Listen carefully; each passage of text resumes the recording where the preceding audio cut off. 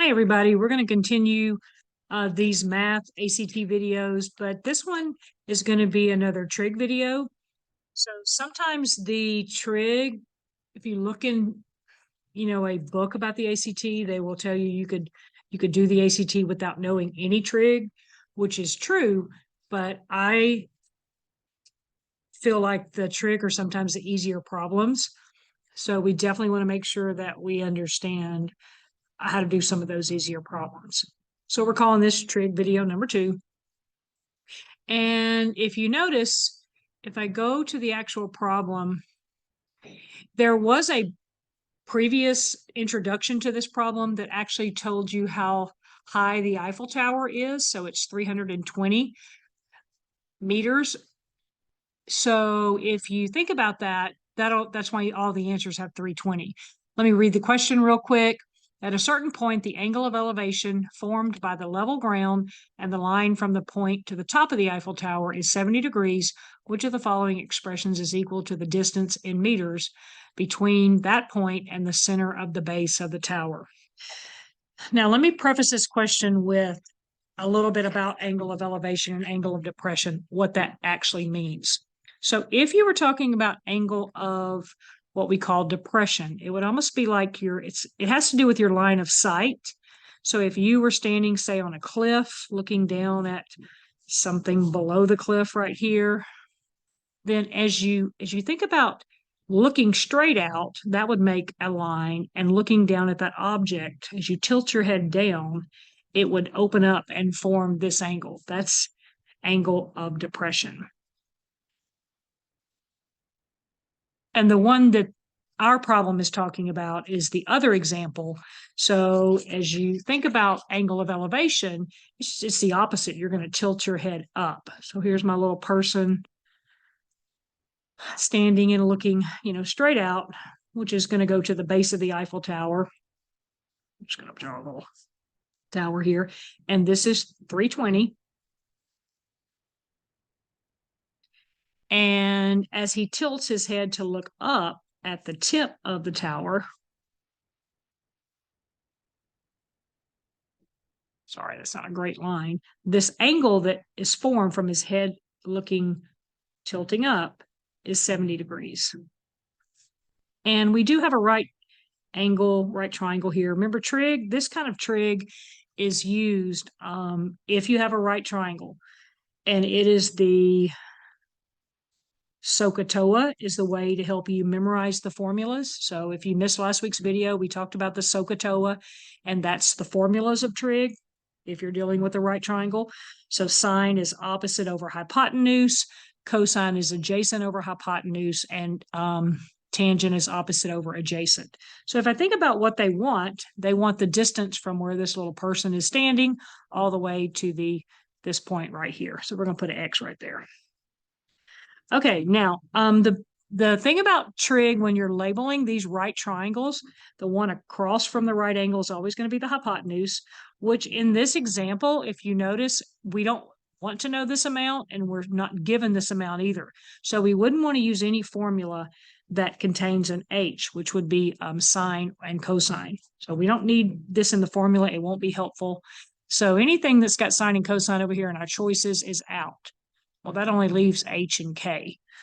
So when you think about which one of those is correct, though, you have to go ahead and, as we talk about this angle, and certainly they could change it and talk about this angle up here, but as we talk about this angle, there are two things that make up the angle. One of them is going to be the hypotenuse, and one of them is going to be what we call the adjacent leg. So it's a good idea to label, and this, of course, the only thing is left for this side is to be the opposite. So if I go look at my formula, the tangent of the angle would be the fraction opposite side over adjacent. So let me scoot up and see if I can write that right here below. So tangent of 70 degrees is 320 over X. Well, so if you think about the two choices, and you do have to be careful here because the way the math of this would work out, so you actually would end up multiplying by X on both sides. and then dividing by tangent of 70, which is actually these x's would cross out. So your answer is going to be 320 over tangent of 70. And that's going to happen every time you have the x on the bottom. It basically puts the trig function in that spot. They kind of swap places, if you will. So the correct answer here would be answer K. All right, so I have two other problems for you guys to try on your own. So if the teacher would pause, both of these have to do a tangent. So if the teacher would pause the video, let you work 16 out.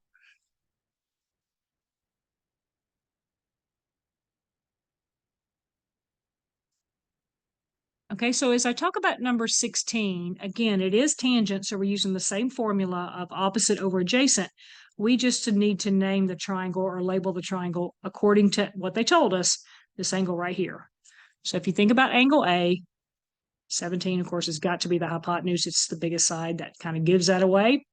This is the side that touches the angle. These two sides are the adjacent of that angle, but we've already named the hypotenuse something else. So this is called the adjacent side, leaving this other thing to be the opposite. So again, I'm not going to use 17 because that's the hypotenuse. So tangent of angle A is O over A. And now we simply need to make that fraction. 15 over 8, that will be choice J. All right, one last simple problem. If y'all will try this one. Again, if the teachers would pause the video.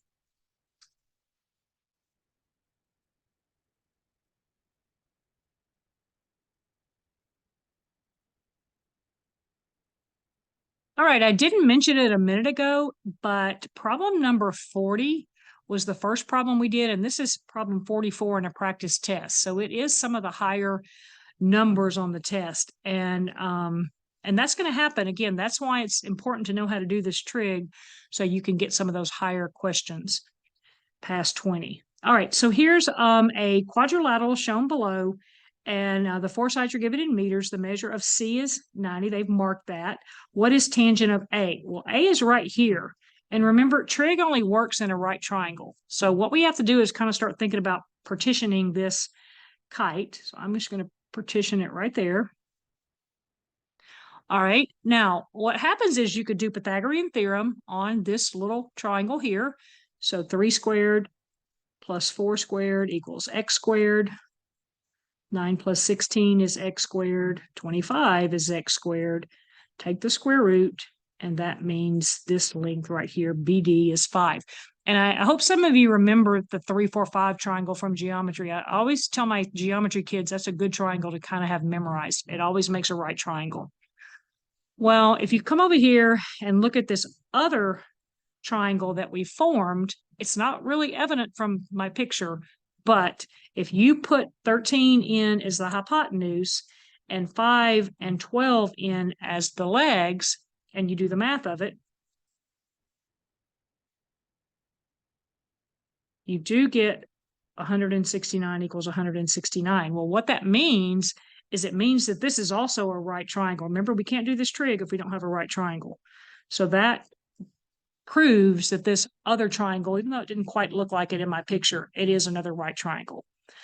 All right, now we just need to do that simple labeling of the triangle and making the fraction. So this is the hypotenuse. A good idea to always label the hypotenuse first. The other leg that touches this angle will be the adjacent side, and that makes 5 the opposite. Again, we don't need the hypotenuse for the tangent formula. So tangent of angle A is O over A again, which is 5 over 12. You do have to reduce these answers if they need reducing, but none of our, sorry, let me scoot that out, scoot that over where you can see that. So you do need to reduce these answers if they could be reduced, but in this case, 5 over 12 is already reduced. So again, just really easy trig that all you need to do is know that when to use it in a right triangle, and the SOHCAHTOA formula. All right, that does it for today. I hope y'all have a great rest of your day.